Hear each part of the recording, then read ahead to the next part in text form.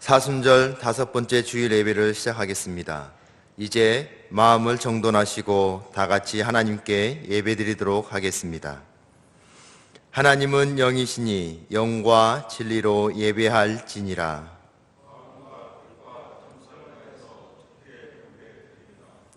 오른손을 들고 신앙을 고백하겠습니다.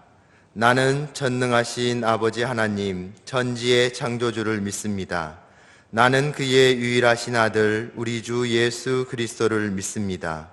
그는 성령으로 잉태되어 동정녀 마리아에게서 나시고 본디오 빌라도에게 고난을 받아 십자가에 못 박혀 죽으시고 장사된 지 사흘 만에 죽은 자 가운데서 다시 살아나셨으며 하늘에 오르시어 전능하신 아버지 하나님 우편에 앉아 계시다가 거기로부터 살아있는 자와 죽은 자를 심판하러 오십니다. 나는 성령을 믿으며 거룩한 공교회와 성도의 교제와 죄를 용서받는 것과 몸의 부활과 영생을 믿습니다. 아멘. 다 함께 찬송가 251장 찬양드리겠습니다.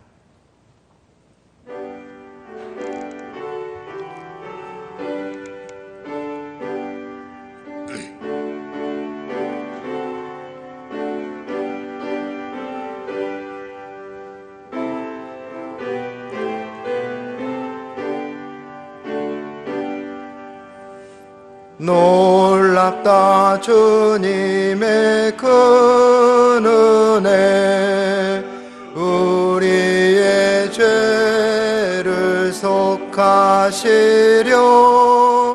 갈보리 십자가 위에서 어린 양 보혈을 흘렸네. 주의 은혜 우리의 죄를 다 씻었네. 주의 은혜 우리의 죄를 다 씻었네. 죄악은 성난파도같이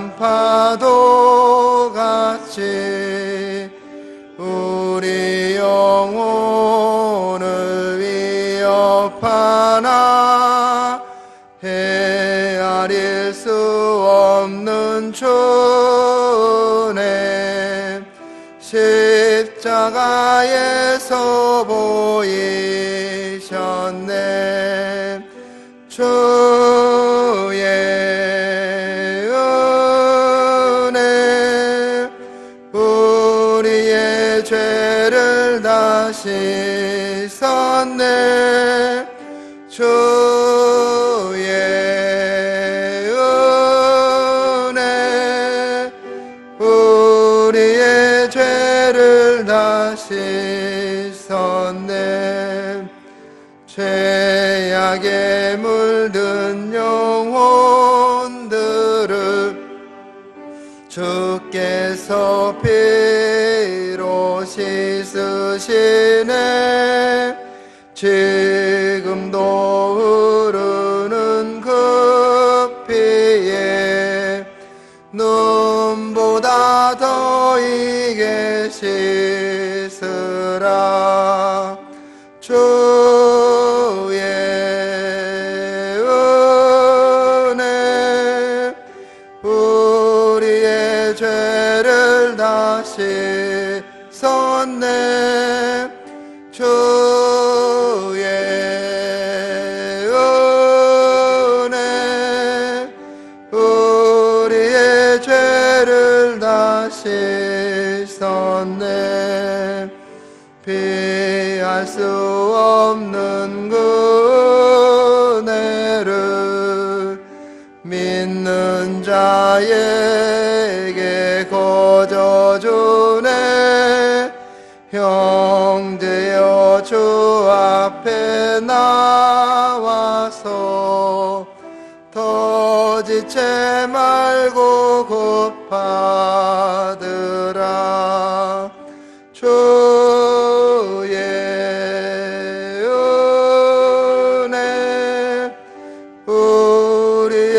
죄를 다 씻었네. 주의 은혜 우리의 죄를 다 씻었네.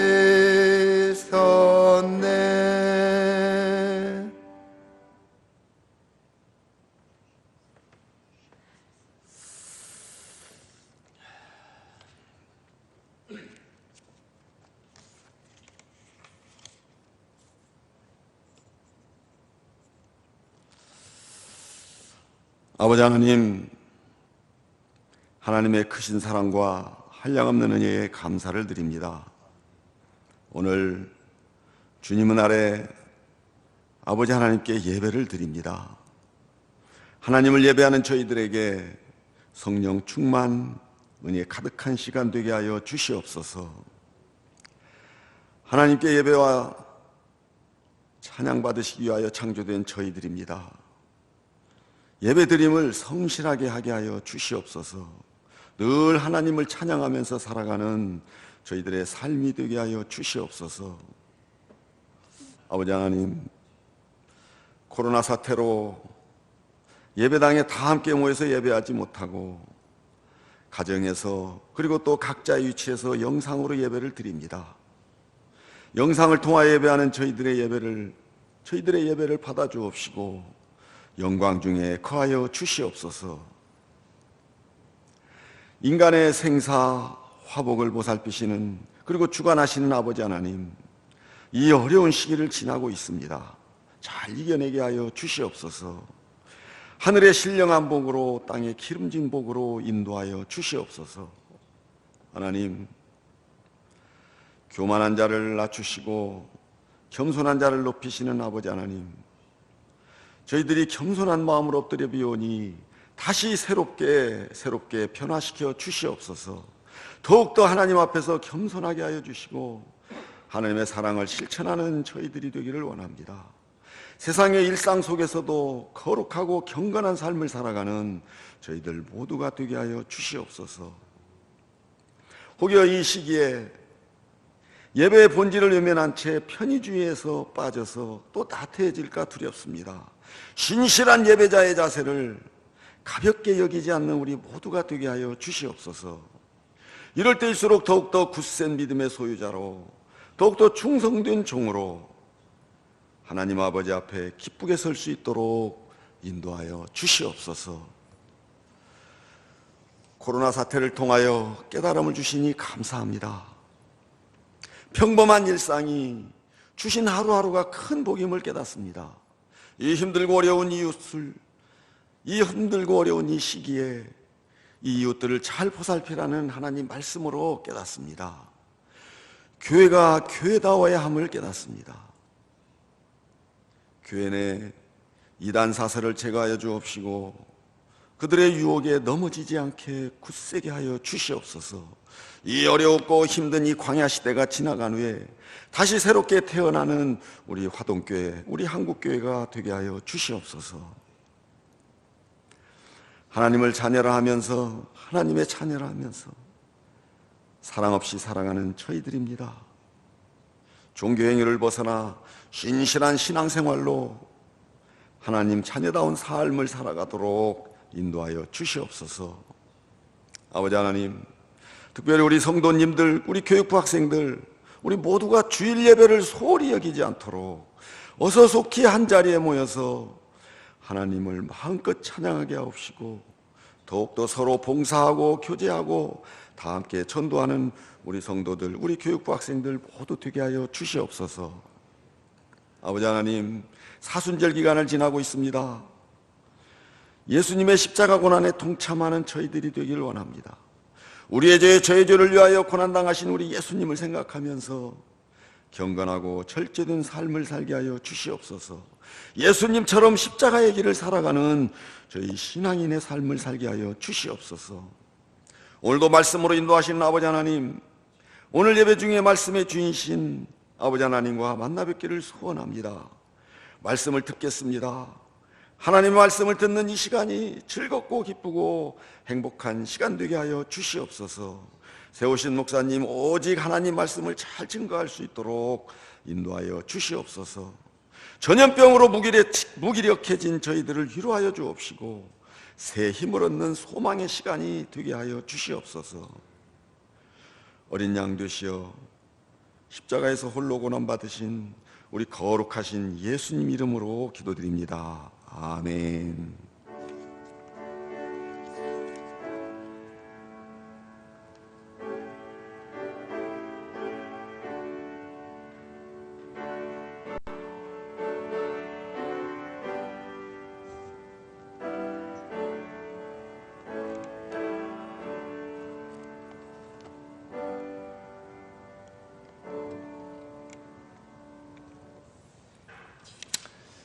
오늘 우리에게 주신 하나님의 말씀은 신약성경 누가복음 22장 54절에서 62절의 말씀입니다. 누가복음 22장 54절에서 62절 말씀입니다. 제가 하나님 말씀을 봉독하도록 하겠습니다. 예수를 잡아 끌고 대제사장의 집으로 들어갈 때 베드로가 멀찍이 따라가니라. 사람들이 뜰 가운데 불을 피우고 함께 앉았는지라.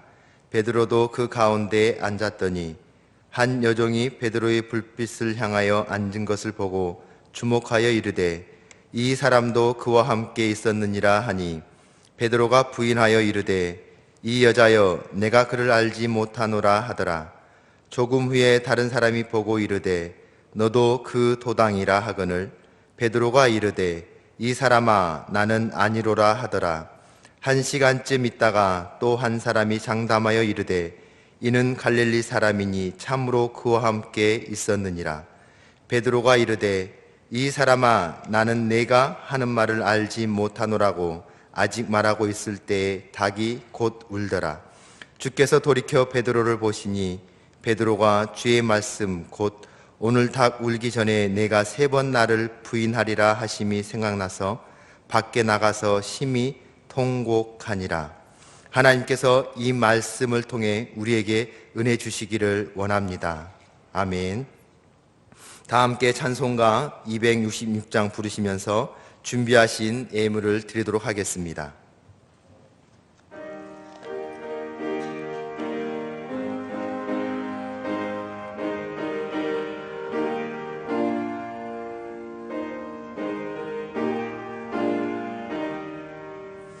주의 피로 이룬 샘물 참 깊고 넓도다.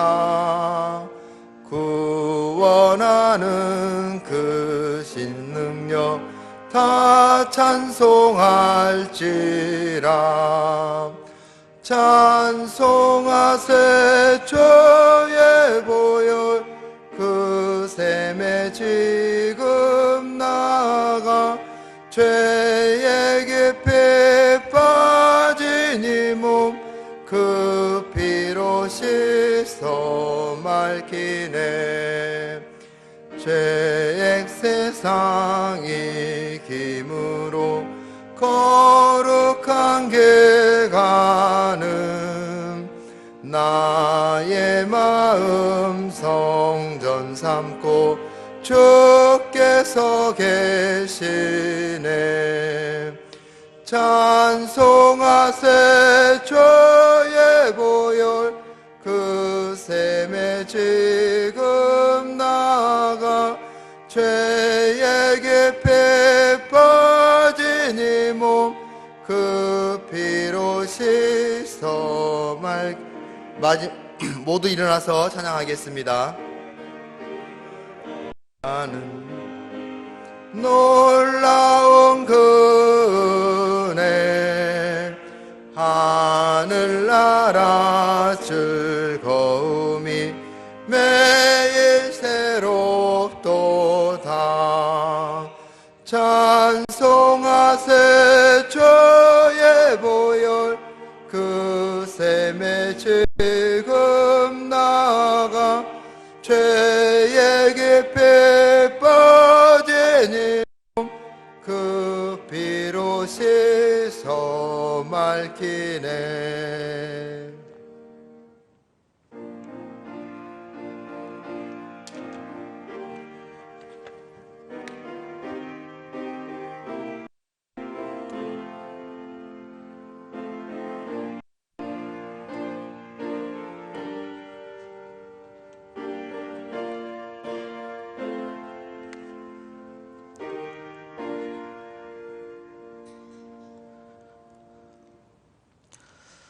거룩하신 아버지 하나님, 오늘도 저희들에게 귀한 주일 주셔서 감사합니다. 그러나 코로나 사태로 말미암아 온 성도들이 함께 예배 드리지 못하는 안타까움과 또 실망감이 저희들에게 있습니다. 그러나 주님께서 이 정하신 이날 각자의 자리에서 또 가정에서 또 영상으로 예배를 드려오니 주여 우리가 드리는 예배 기쁘게 받아 주시옵소서. 일상의 그 평범한 예배가 교회에 나와서 드리는 그 예배가 얼마나 귀중한지 온 성도들이 함께 깨닫고 있는 요즘입니다. 영상을 보며 드리는 예배 가운데 성령께서 함께 해주셔서 예배 받아주시고 우리가 앞으로 신앙에 어떤 위기가 올지 모르지만 교회가 어떻게 환난을 당할지 모르지만 위기 때에 우리가 신앙으로 혼자서도 신앙의 믿음을 지킬 수 있는 강건한 믿음의 성도들 다 되게 하나님 인도해 주시옵소서. 우리를 더욱더 강하게 훈련시켜 주셔서 하나님을 더욱더 가까이 나아가는 그런 저희들 되게 도와 주시옵소서. 이 시간 주님께서 주신 은혜에 감사해서 11조와 감사의 예물 또 성교 예물 가경 예물을 드립니다. 또 온라인을 통해서 하나님께 예물 드려오니 주님 기쁘게 받아주시고 이 예물을 통해서 하나님 영광 받아 주시옵소서. 온전한 11조를 드리며 어려운 가운데도 감사 예물을 드리며 또 성교 헌금 드리는 성도 한 분 한 분 붙들어 주셔서 하나님을 향한 뜨거운 마음과 영과 진리로 드리는 이 예배를 주님 받아 주셔서 온 성도들의 간절한 기도가 하루 속히 응답되어서 하나님의 전에서 예배 드리는 날이 속히 올 수 있도록 은혜 베풀어 주시옵소서. 사순절 다섯째 주일을 또 영상으로 예배 드립니다. 한 분 한 분 주여 굳센 믿음 주시고 붙들어 주셔서 흔들리지 않는 저희들 되게 도와주시고 우리의 생명이 우리의 미래가 주님 앞에 있음을 다시 한번 고백하며 굳건한 믿음, 흔들리지 않는 믿음을 하동교회 온 성도들에게 더해 주시옵소서. 말씀 가운데 하나님 함께해 주셔서 오늘도 말씀으로 우리를 인도해 주시고 하나님 말씀을 깨닫고 말씀대로 실천해 나가는 저희들에게 도와 주시옵소서. 이 모든 말씀 예수님의 이름으로 축복하며 기도드립니다. 아멘. 여러분 반갑습니다. 벌써 사순절 다섯 번째 주일인데 또 여러분과 함께 영상으로 또 예배를 드리고 있습니다. 주일마다 우리 장로님들과 함께 모여서 또 의논하고 기도하고 한 주 한 주 교회가 어떻게 준비해야 될 것인지 기도하며 대책을 의논해 나가고 있습니다. 또 교육자들과 함께 직접 여러분 만나지는 못하지만 또 전화로 그렇게 신방을 하고 있는데요.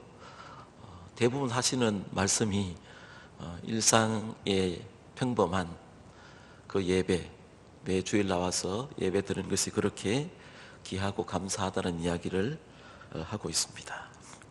교회 나와서 여러분 예배 한 번 드리는 것이 그렇게 귀하고 또 감사한 일임을 여러분 깨닫고 하루속히 하나님의 때가 되어서 또 교회의 문이 열려서 예배하는 날이 오기를 함께 기도했으면 좋겠습니다.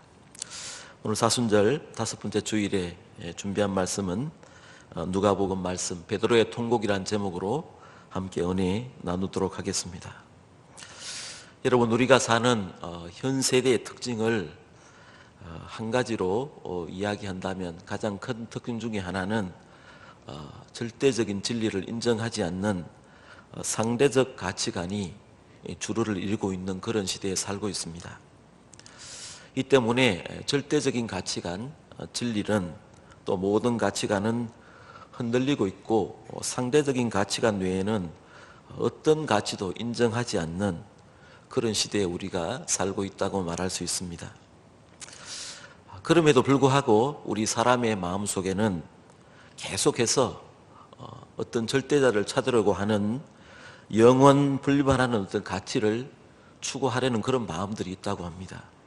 또 뿐만 아니라 영원히 변치 않는 그 사랑을 계속해서 원하는 그런 모순된 현실 속에서 현대인은 고민하고 있다고 합니다. 그래서 어떤 신학자가 이런 말을 했습니다.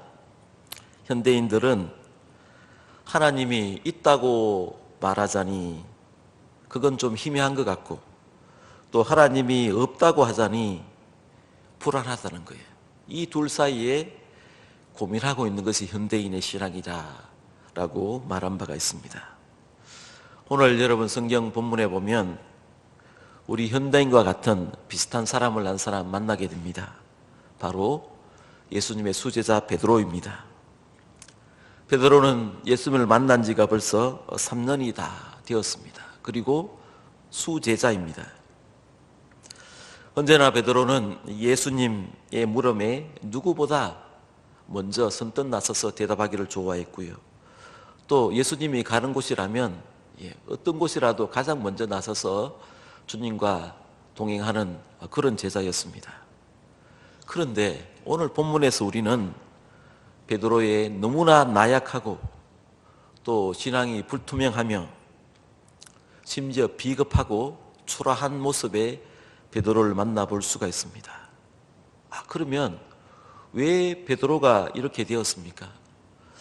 왜 베드로가 이렇게 비겁하고 초라하고 나약한 신앙이 되었는지 오늘 말씀을 통해서 한번 살펴보도록 하겠습니다.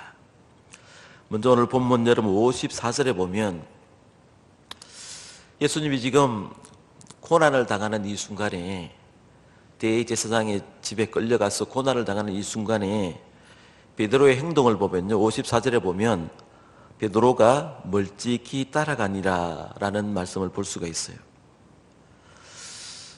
베드로가 다른 제자들처럼 겟세마네 동산에서 바로 도망가 버리지 않고 이건 예수님을 적극적으로 따라가지도 않고 도망가지도 않은 채 멀찍이 따라갔다. 멀찍이 따라가고 있다는 말씀을 볼 수가 있습니다. 여러분 왜 베드로가 이렇게 멀찍이 따라갔을까요? 마태복음에 보면 좀 더 자세히 나오는데요. 그 예수님이 대제사장에게 끌려갔는데 예수님이 어떻게 될 것인지 그 결말을 보려고 멀찍이 따라갔다는 거예요. 여러분 생각해 보세요. 그 결말을 보아서 베드로가 어떻게 하겠다는 거예요?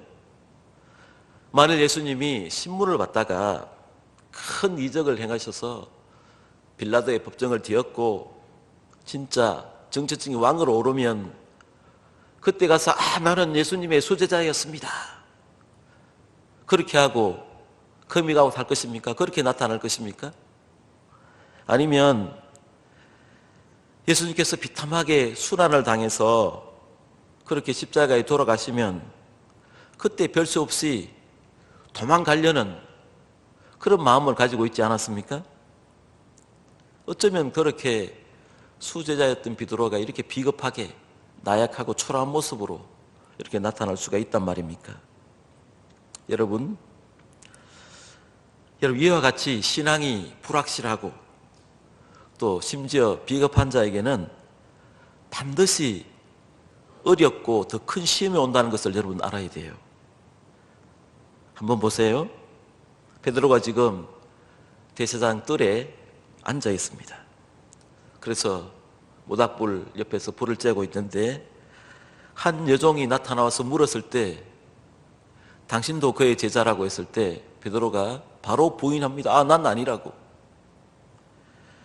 3번이나 예수님을 모른다고 부인하면서 더욱 비겁한 자로 그렇게 전락하고 말았습니다.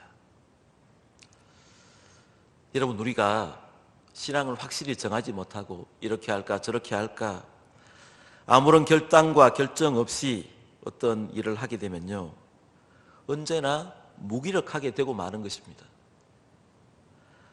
확실한 결심 없이 하는 일은요, 언제나 내가 생각지도 못한 큰 환난과 시험과 함정에 빠지게 되어 있다는 것입니다. 더욱더 유감스러운 것은 베드로가 처음에는 말로 부인하고, 두 번째는요 맹세하며 부인합니다. 세 번째는 예수님을 저주하며 부인하는 삼중부인을 하게 돼요. 여러분, 수제자였던 베드로가 어떻게 예수님을 맹세하고 저주까지 하며 이렇게 부인하는 그런 사람이 되었습니까? 아마 베드로 자신도 이건 전혀 예상하지 못한 일이었을 거예요. 여러분, 이것이 멀찍이 따라가는 자에게 따라오는 시험이고 함정인 거예요. 요즘 코로나 사태 때문에 영상으로 여러분 예배 드린 지가 벌써 5주째가 되었어요. 5주째 정도 되면요, 약간 우리의 신앙 상태가 느슨해지기 쉬워요. 또 영상으로 보는 거 이거 귀찮아서 장로님 기도하신 것처럼 우리의 신앙이 느슨해지고 안 드리고 그냥 주의를 건너뛸 수도 있다는 거예요. 그래서 어떤 목사님이 그런 말씀을 하시더라고요. 지금 이때가 내가 예수 믿는 거 이것이 진짜인지 가짜인지 안다는 거예요.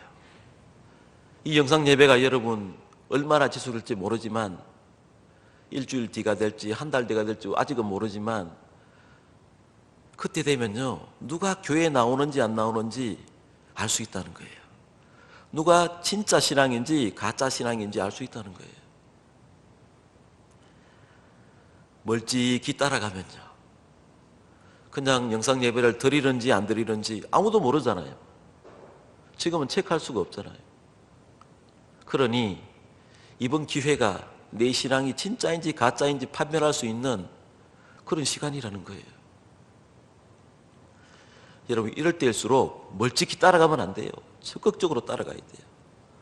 더 하나님 바라보고 더 열심히 예배드리고 혼자 있을 때 기도하고 찬양하고 말씀 보지 않으면 조금씩 멀어지다 보면요, 여러분 정말 더 큰 시험과 환난에 빠질 수가 있어요.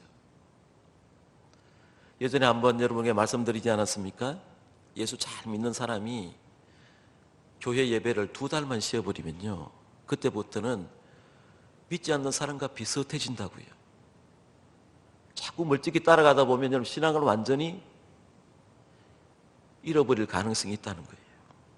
여러분, 이럴 때일수록 내 신앙이 진짜인지 가짜인지 여러분 한번 테스트해 보세요. 여러분이 멀찍이 따라가면 안 돼요. 적극적으로 일상 예배보다 더 주님을 가까이 할 수 있는 그런 기회가 될 수 있기를 바랍니다. 또 한 가지는 왜 베드로가 여러분 이렇게 무기력하고 비겁하게 되었느냐, 그 이유는요, 그 여러분 모닥불 옆에서 불을 쬐면서 그 하인들과 함께 거기에 앉아 있었기 때문에 그래요.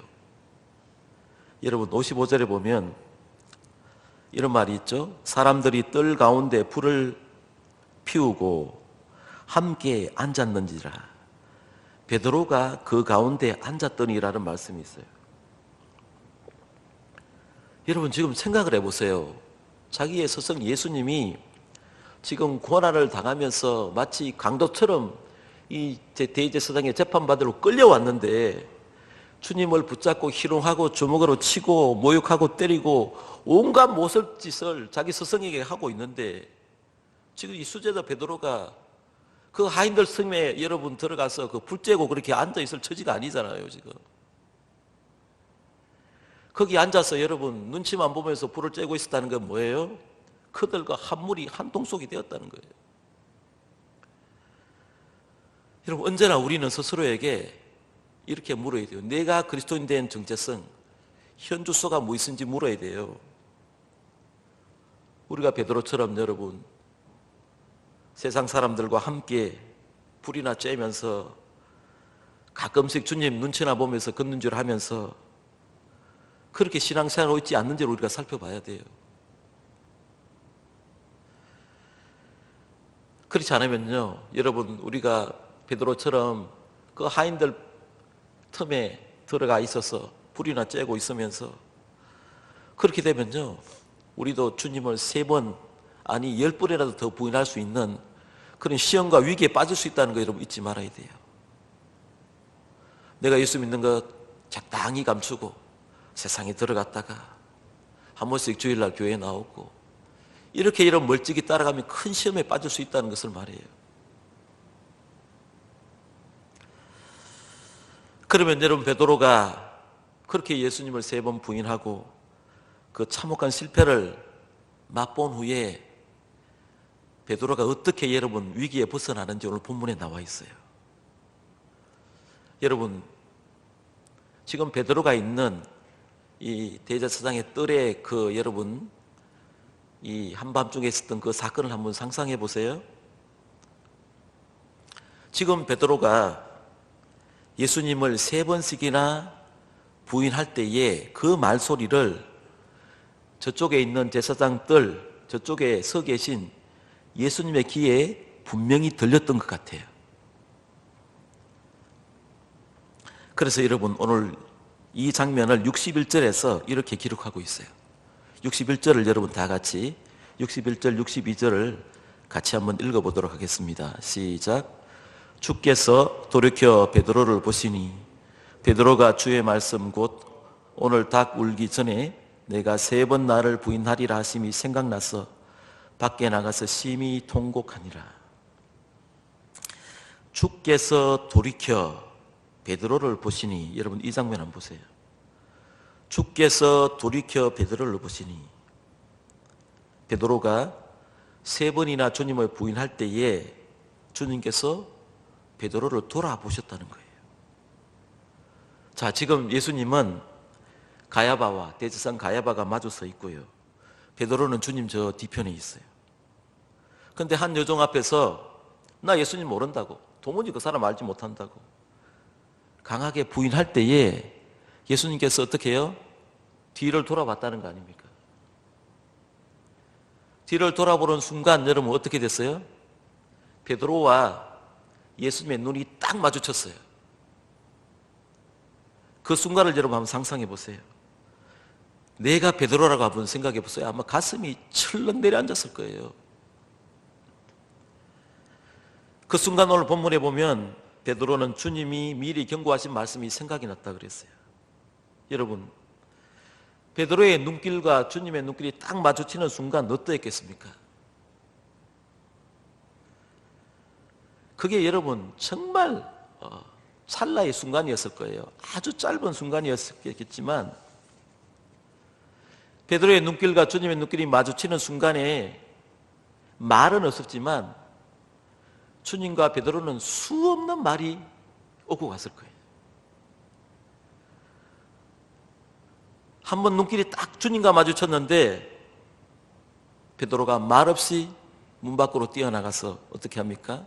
통곡했다고 나와 있습니다. 통곡을.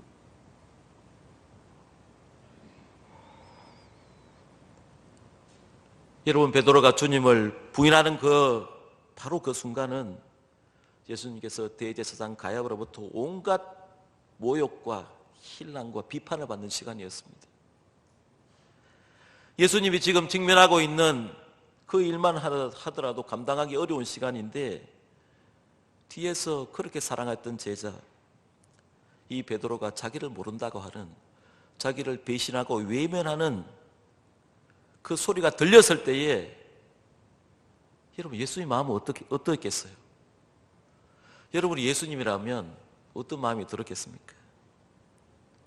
저 베드로 지금 실수하고 있네. 지금 베드로가 지금 뭐라고 하는 거야? 지금 저 베드로가 지금 큰 실수하고 있구나.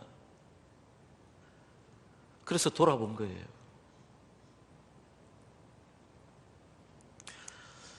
이 장면을 여러분 19세기에 복음주의 설교자인 D.L. 무디 목사님이 그의 설교집에서 아주 재미있는 추리를 이렇게 하고 있습니다. 예수님과 베드로의 눈이 마주치는 순간 예수님이 입을 열어 말씀은 안 하셨지만 눈으로 다음과 같은 말씀을 하셨을 것이라고 이렇게 상상했어요. 한번 들어보세요. 예수께서 말씀은 안 하셨지만 눈이 딱 마주치는 순간에 예수님 베드로에게 이렇게 말씀했다고 무디 목사님이 이제 추리한 거예요. 이렇게 돌아보시면서 베드로야, 네가 정말 나를 모른다니 그게 사실이야? 내가 너를 갈릴리 바닷가에서 불러 제자를 삼았고 내게 베드로라는 이름을 준 건 너 잊어버렸니? 바로 몇 시간 전에 내가 나를 부인할 것이라고 내가 경고까지 너에게 하지 않았느냐? 이런 말이 오고 갔다는 거예요. 우리도 충분히 동의할 수 있는 추리입니다.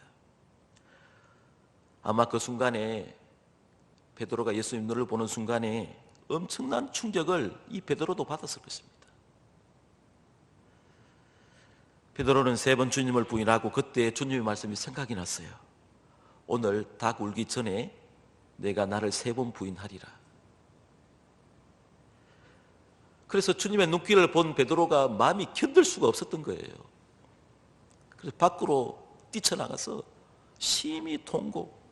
그냥 운 게 아니라 여러분 통곡했습니다. 통곡.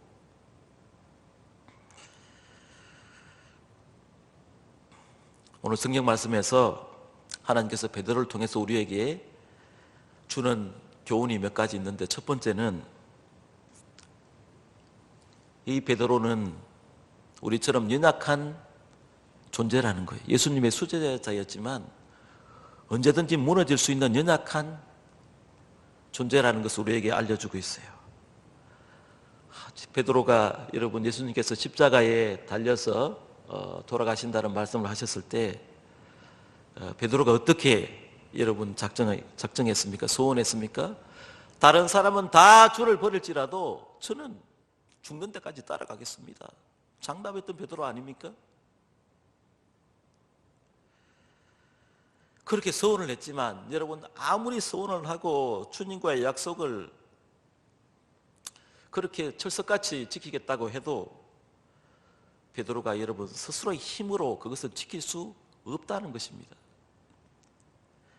이미 여러분 예수님은 누가복음 22장 31절 32절에서 베드로에게 이렇게 말합니다. 한번 여러분 보실래요? 22장 31절 32절에 보면 예수님께서 이렇게 말씀하시죠. 시몬아 시몬아 보라 사탄이 너를 밀 까부르듯 하려고 요구하였으나 그러나 내가 너를 위하여 내 믿음이 떨어지지 않기를 기도하였노니 너는 돌이킨 후에 내 형제를 굳게 하라. 여러분 사탄이 이 예수님의 수제자 베드로를 넘어뜨리려고 밀 까부르듯 시험했다는 것입니다. 그래서 주님이 기도했다는 거예요. 여러분 오늘도 사탄이 여러분 저와 여러분을 넘어뜨리려고 밀 까부르듯이 그렇게 시험하고 있기 때문에 이거 우리 힘으로 이길 수 없다는 것입니다. 그래서 기도해야 된다는 거예요. 그 예수님이 베드로를 위해서 중보기도 했잖아요. 그래서 여러분 우리도 기도해야 돼요. 내가 아무리 신앙생활을 오래 하고 예수님의 수제자와 같다, 나는 예수님께 순종하는 그런 교회의 일꾼이다 하더라도 우리가 기도하지 않으면요 다 넘어질 수 있는 연약한 사람들이에요. 여러분 우리가 많이 넘어져 보지 않았습니까? 많이 넘어져 봤잖아요. 그래서 기도하면 여러분 이기고요, 기도하지 않으면 넘어진다는 사실을 예수님께서 깨우쳐 주신 거예요.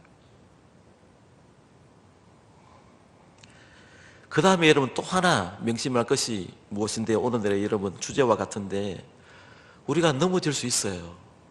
그리고 그 넘어진 다음에 중요한 것이 이 베드로처럼 하나님 앞에 흘리는 눈물이에요. 베드로의 통곡입니다. 통곡. 여러분 넘어질 수 있어요. 목회자도 넘어질 수 있고 성도도 넘어질 수 있는데 이 베드로의 회개의 눈물을 배워야 돼요.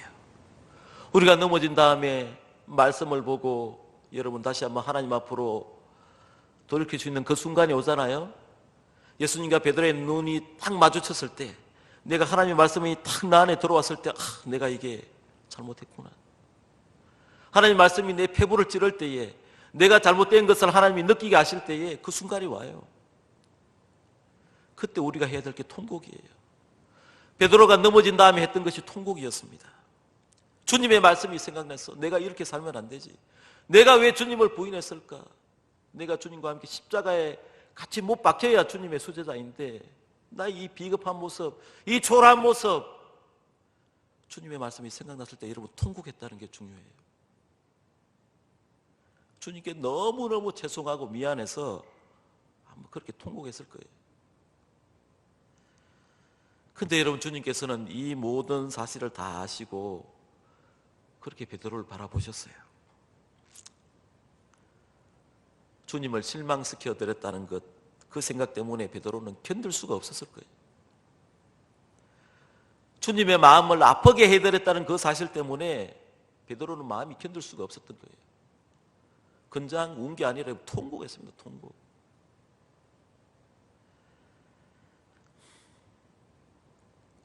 여러분, 주님은 우리의 마음 약한 거 다 알고 계십니다. 우리의 말을 또 다 듣고 계세요. 우리가 행동하는 거 다 알고 계십니다. 우리의 머릿속에 생각하는 거, 좋은 생각이든 나쁜 생각이든, 주님을 배반할 생각이든 주님을 위해서 희생할 생각이든 다 알고 계세요. 우리의 마음을 다 꿰뚫어 보고 계세요. 우리가 여러분 그 사실을 잊어서는 안 돼요. 그래서 우리가 마음이 약해서 주님의 마음에 합당하지 못하게, 마음을 슬프게, 또 주님의 마음을 실망시켜 드렸다면, 그걸 깨달았다면 여러분 우리도 통곡해야 하겠습니다. 통곡. 내가 주의 말씀을 여러분 마음을 아프게 해드렸다면 통곡해야 돼요. 사람의 눈치를 볼 게 아니라 주님의 눈치를 보고 주님 앞에 통곡을 해야 돼요. 여러분, 통곡은요 그냥 울음이 아니에요. 마음이 찢어지는 그런 그런 마음이 있지 않습니까? 우리가 울 때 그냥 눈물 흘리는 게 아니라 아주 꺼이꺼이 운다 그러죠. 마음이 아파서 우는 거 있죠. 내가 이래서는 안 될 사람인데, 내가 이렇게 살아서는 안 될 사람인데, 내가 왜 주님의 마음을 아프게 했던 거, 그렇게 여러분 우는 걸 말이에요.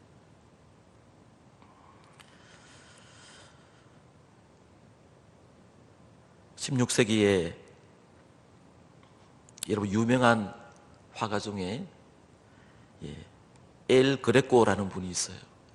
이분이 태생은 그리스 출신인데 에스파니아, 스페인에서 활동한 유명한 화가입니다.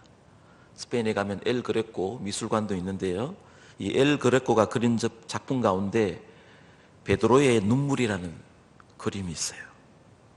이 엘 그레코가 그린 그림 가운데 성화 가운데 가장 유명한 걸작 중에 걸작으로 꼽히는 작품인데, 한번 영상으로 보여줄 수 있었으면 좋겠어요. 영상 한번 띄워주시면 좋겠습니다. 이 작품입니다.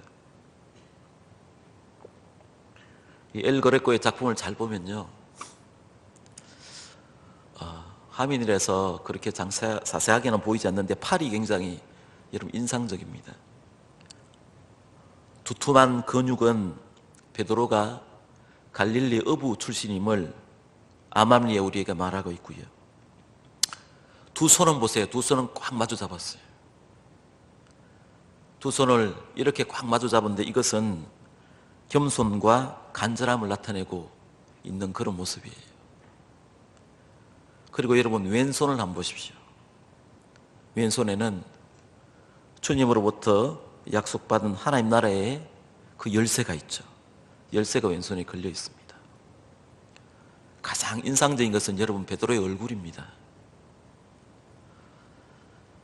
백발의 길고 흰 수염은 베드로의 연륜을 말해주고 있고요, 이미 나이가 많이 들었음을 나타내주고 있습니다. 그리고 베드로의 시선을 한번 보십시오.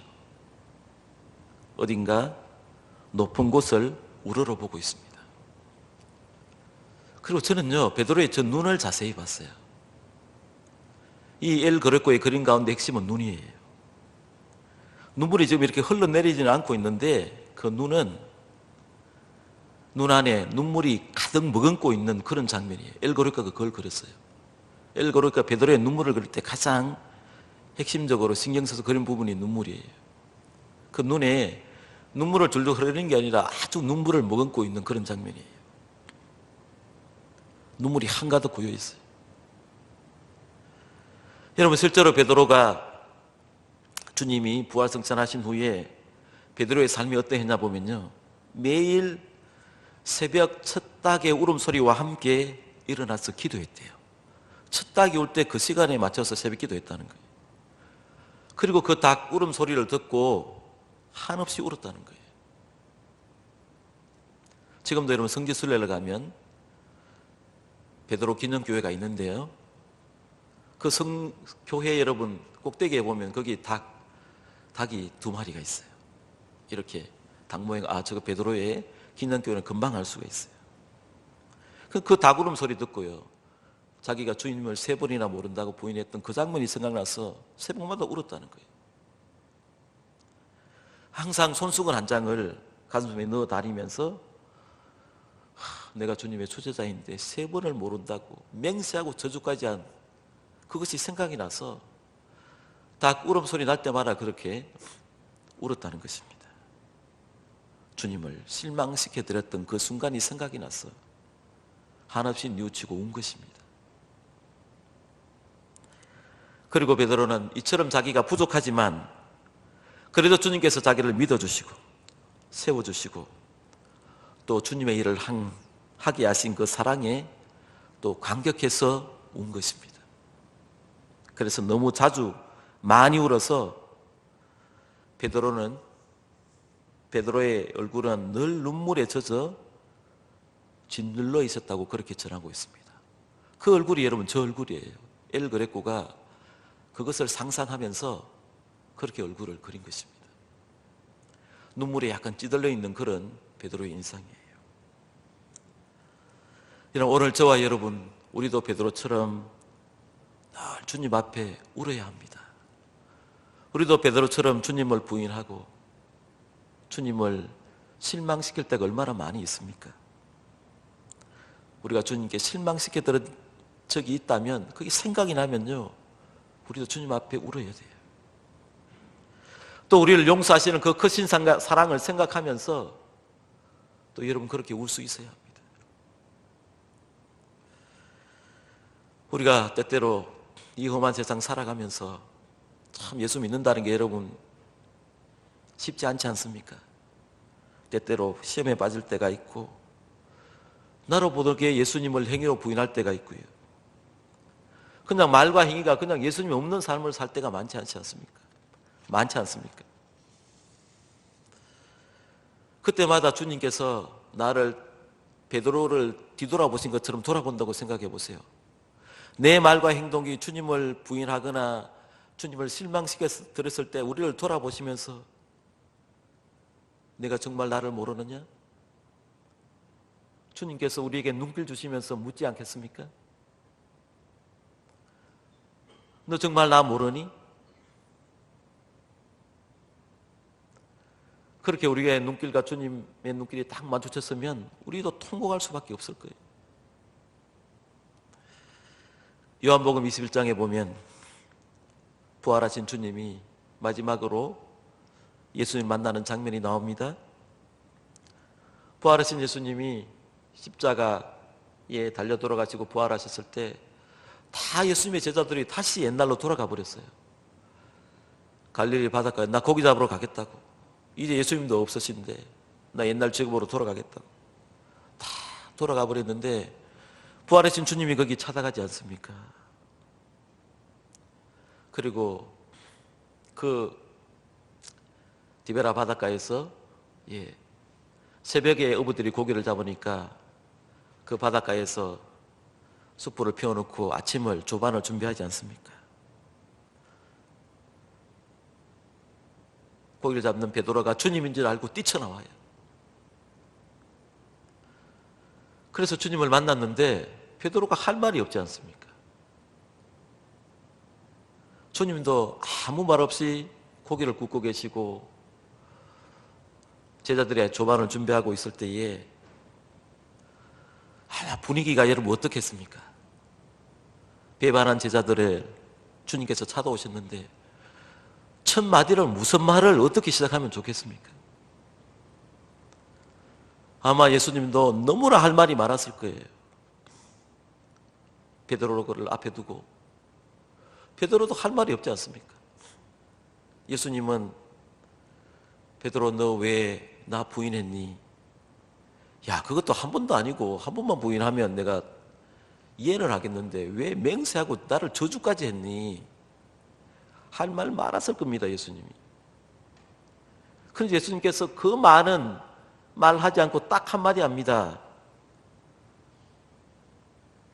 베드로 너 나 사랑하니? 너 나 사랑하느냐? 이 한마디만 물으셨어요. 이게 무슨 말입니까? 네가 어찌해서 나를 모른다고 했는지 너 아니? 이 말이 그 말 속에 포함이 되어 있어요 여러분. 모든 예수님의 할 말을 한 단어로 한 문장으로 딱 간추려서 하는 말이에요. 너 왜 나 부인했니? 왜 모른다고 했니? 왜 나 저주했니? 이런 모든 말을요 그 한마디 속에 다 들어있습니다. 요한의 아들 시몬아 네가 나를 사랑하느냐? 요 말 속에 다 들어있다니까요. 무슨 말이에요? 베드로 너 왜 나를 부인하고 저주했는지 아니? 그 이유는 사랑 때문이라는 거예요. 사랑 때문에. 네가 나를 사랑하느냐 물었던 이유는요 그 이유가 사랑 때문이라는 거예요. 베드로 너가 진정으로 나를 사랑했다면 너 나와 함께 십자가에 같이 달릴 수 있었는데 달리지 못했던 이유가 사랑 때문이었어요. 여러분 만약에 반대로 한번 생각해 보세요. 만약에 그때에 베드로가 주님과 함께 같이 십자가에 여러분 달렸다면요 베드로는 엄청난 하나님의 영광을 받는 그런 제자가 되었지 않겠습니까? 십자가 예수님 질 때 같이 못 진 거예요. 이유가 뭐라고요? 사랑이 없었기 때문이에요.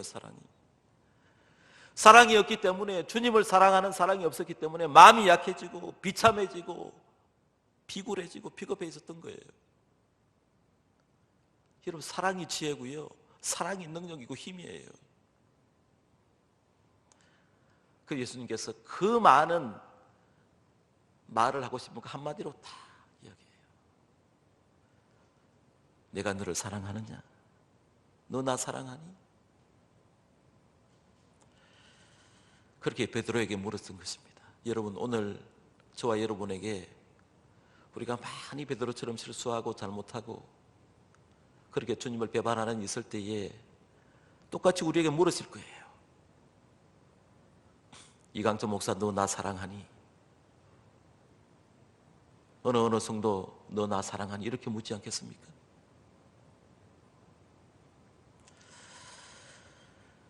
여러분 베드로가 주님을 부인했던 이유는 사랑이 없었기 때문이라는 것을 가르쳐주고 있어요. 너 나를 나의 수제자라고 그렇게 3년 동안 따라왔지만 너 정말 진실로 나 사랑하지 않았어. 이것을 가르쳐주고 싶었던 거예요. 사랑하는 여러분, 우리가 어떻게 해야 주님을 제대로 따라갈 수 있겠습니까? 베드로처럼 멀찍이 따라가면요 이런 무기력해져요. 비겁해져요. 초라해져요. 그래서 나중에 시험에 들어서 주님을 부인하게 되는 순간까지 올 수 있다는 거예요. 그러므로 나를 완전히 부인하고 여러분 주님을 따라가야 끝까지 주님을 따라갈 수가 있어요. 그러기 위해서는 먼저 기도해야 되고요. 내 삶, 생명까지도 주님께 맡기고 주님을 따라가야 할 줄로 믿습니다. 지난주에 우리가 살펴보지 않았습니까? 사도 바울이 내가 그리스도와 함께 십자가에 못 박혔나니 그런 적 이제 내가 산 것이 아니고 내 안에 그리스도께서 사신 것이라고. 여러분 내가 그리스도를 위해 산다고 생각하지 마세요. 내 안에 그리스도가 사는 거예요. 내가 그리스도를 위해서 사는 것이 아니라 그리스도께서 내 안에 계셔서 나의 삶 자체가 그리스도와 함께하는 삶이라는 이 고백이 있어야 돼요. 완전히 예수님과 함께하는 연합된, 합일되는 여러분 그 상황. 나는 주님과 함께 연합된 생명이다. 이 고백을 사도 바울은 했던 것입니다. 여러분, 내가 죽고 내 자아가 완전히 죽고 내 안에 그리스도가 산다는 이 고백이 있을 때에 우리는 그때 주님과 함께 완전히 합일된 그런 생명으로 살 수 있다는 것입니다. 그렇게 되면요, 여러분 이제부터는 내가 내 삶의 주인이 아니에요. 그리스도가 내 삶의 주인이에요. 여러분, 이렇게 사는 게 우리 그리스도인의 삶입니다. 사랑하는 여러분, 우리가 그리스도와 함께 고난을 받으면 그리스도와 함께 영광도 받을 것입니다. 우리가 주님과 함께 십자가를 지면 주님과 함께 부활의 능력을 체험하게 될 것입니다. 이 사순절에 이런 은혜가 저와 여러분에게 함께 하기를 간절히 바랍니다. 기도하시겠습니다. 하나님 아버지, 베드로가 주님을 3번이나 부인했습니다. 3년 동안 주님을 따라다니며 제자 훈련 받으며 주님의 수제자라고 했지만 결정적인 순간에 주님을 부인하는 모습을 보았습니다. 너무나 부족하고 나약하고 비겁하고 초라한 모습이지만 오늘 우리의 모습도 베드로와 같을 때가 많음을 고백합니다. 주님, 우리의 스스로 힘으로 우리에게 다가오는 시험과 어려움을 이길 수가 없음을 고백합니다. 베드로가 주님을 부인했던 이유는 주님을 사랑하지 않았기 때문이라는 것을 알았습니다. 진정 베드로가 주님을 사랑했다면 주님과 함께 십자가를 질 수 있었을 텐데 그 사랑이 없었기 때문에 약해지고 비참해지고 비굴하게 되었다는 것을 알았습니다. 주님을 사랑하는 것이 지혜요 능력이요 힘임을 알았습니다.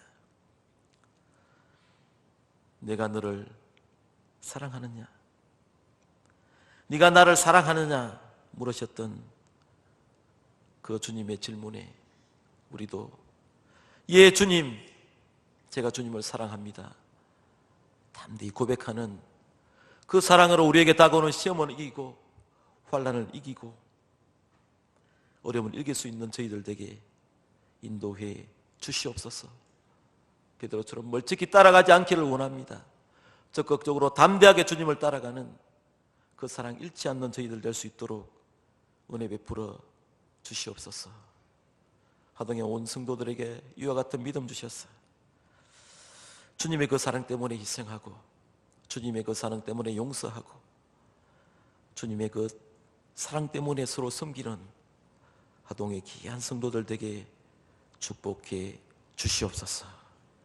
이 모든 말씀 예수님의 이름으로 기도하옵나이다. 아멘. 이제는 우리 주 예수 그리스도의 은혜와 하나님 아버지의 무한하신 사랑하심과 성령의 교통하심이 주님을 사랑하는 그 뜨거운 사랑으로 우리에게 다가오는 모든 시험과 어려움을 이기기를 다짐하는 온 성도들 위해 또 주님의 사랑으로 나에게 주어지신 그 십자가의 사명 감당하기를 다짐하는 화동의 온 성도들 위해 우리 화동교회와 이 나라와 이 민족 위에 한국교회 위에 북녘 땅 위에 이제로부터 영원토록 함께 하시기를 간절히 축원하옵나이다. 아멘.